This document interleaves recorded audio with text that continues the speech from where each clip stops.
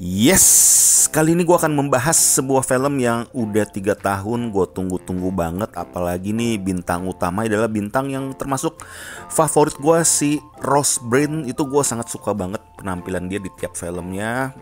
Awet muda, cantik, rambutnya keren. Nah tapi di luar itu gue akan coba bahas untuk Peter Rabbit kedua, The Runaway, yang baru aja gue tonton 1,5 jam. Ini jelas film yang sangat bagus banget ya. Ini dalam arti film keluarga atau film anak-anak ataupun film yang buat kita santai, yang gak terlalu buat kita mikir banyak. Ini film sangat keren banget dan bagus banget ya. Ini dibalik kenakalan-kenakalannya menurut gue ya. Ini para orang tua yang misalkan sama anak-anaknya nonton di menit-menit awal atau sampai pertengahan, lu ngerasa film ini kayak ngebawa tuh, ngejerumusin anak-anak lu tuh kayak kejadian-kejadian nakal gitu, perbuatan-perbuatan nakal si Peter sama kawan-kawannya ini.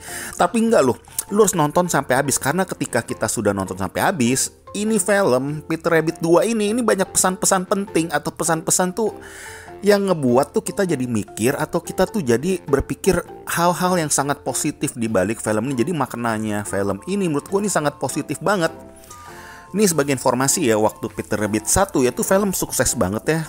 Dari budgetnya 50 juta, dapat revenue-nya dia sekitar 350 juta. Makanya ini 350 juta dolar yang pasti ya.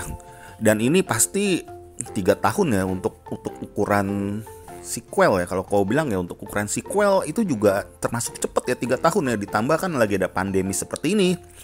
Jadi menurut gue ya, ceritanya Peter Rabbit 2 ini mengajarkan banyak hal yang sangat positif. Lu tahu kan waktu di Peter Rabbit pertama, si Peter sama si suaminya si Bea, yaitu si Thomas, itu kan nggak cocok ya kan. Ini sampai episode kedua ini masih juga banyak kayak salah paham, banyak hal-hal tuh yang sebenarnya tuh mereka kayak kurang komunikasi ataupun kurang memahami tuh antara dua sisi seperti. Jadi masih ada tuh kayak masalah nggak bisa tuh apa yang kita mau dari sisi si Thomas atau dari si Peter dan kawannya tuh nggak tersampaikan.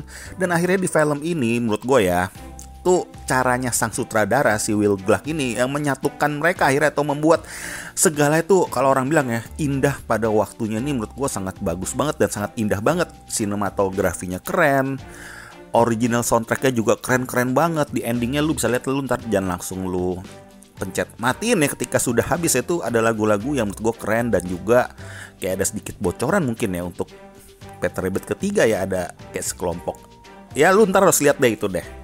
Yang pasti film ini sekali lagi ya mengajarkan tuh kayak kita tuh jangan gampang kenal sama orang atau gampang terpengaruh sama orang yang baru kita kenal, yang kita rasa tuh bisa mengeksplorasi atau kesedihan kita, atau yang kita dimana kita lagi sedih terus ada orang yang tiba-tiba datang seolah-olah membantu, tapi ternyata hal itu menjerumuskan kita ke dalam jurang yang lebih dalam. Dan artinya persahabatan, artinya tuh sebuah keluarga, artinya tuh kayak sebuah karir juga dalam diri si Bea ini ya. Si Bea ini kan ceritanya adalah novelis sukses, tapi dia ada di kayak ada direncanakan atau ada suatu misi oleh kenalan nih untuk membawa dia tuh ke dalam tingkat yang lebih sukses lagi gitu seolah-olah.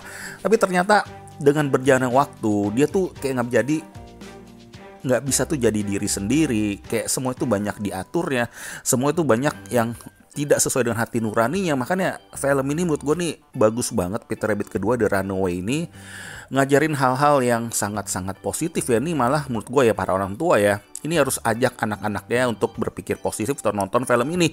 Karena sekali lagi ya, kita tuh kayak ngajarin sebuah hal. Bahkan gue yang udah dewasa aja tuh melihat, oh gila nih film, pesan-pesannya atau maknanya di film ini juga bagus. Setiap poin-poinnya dibalik kenakalannya, dibalik film ini terlihat film anak kecil ya mungkin ya, tapi tuh pesan-pesannya menurut gue nih, ini yang bisa gue bilang sih, ini positif banget filmnya sih. Kalau lu bisa masukin ke dalam mindset kita tuh yang positif. Karena memang di tengah-tengah film kita berasa sampai tuh ini kayak nakal banget ya perbuatan-perbuatan mereka ya, tapi enggak, semua tuh kita harus nonton sampai ending dan kita tahu bahwa semua itu akan indah pada waktunya, seperti itu sih. Kalau pemerannya gue liat nih sama ya sama yang di Peter Rabbit pertama ya, cuma ada tambahan tuh si David Oyelowo. Dia akan jadi tuh kayak kayak jadi yang dicemburuin tuh sama si suaminya si Thomas itu. Tapi endingnya lu bisa lihat juga ternyata kecurmunan dia itu cukup beralasan juga. Karena dia pengen mengubah si Bea dari segala sesuatu yang dia milikinya atau penulisan dia jadi ke hal-hal yang menurut dia tuh ya kayak berbau yang penting uang gitu loh. Seperti itu.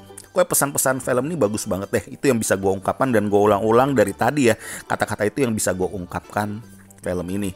Skor untuk nilai film keluarga atau anak-anak ini gue akan kasih nilai 8,5 dari 10. Lo harus tonton Peter Rabbit kedua. Oke?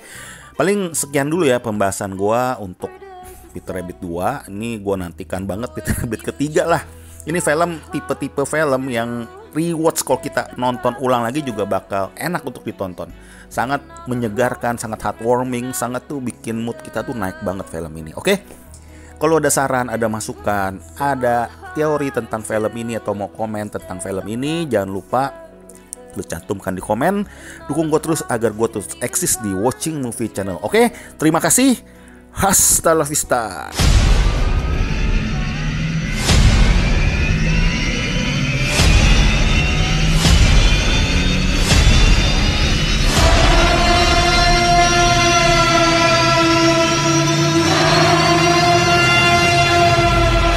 Hello Massagers on the Watching Movie Channel. Jangan lupa support dan subscribe Watching Movie Channel. Terima kasih, hasta la vista.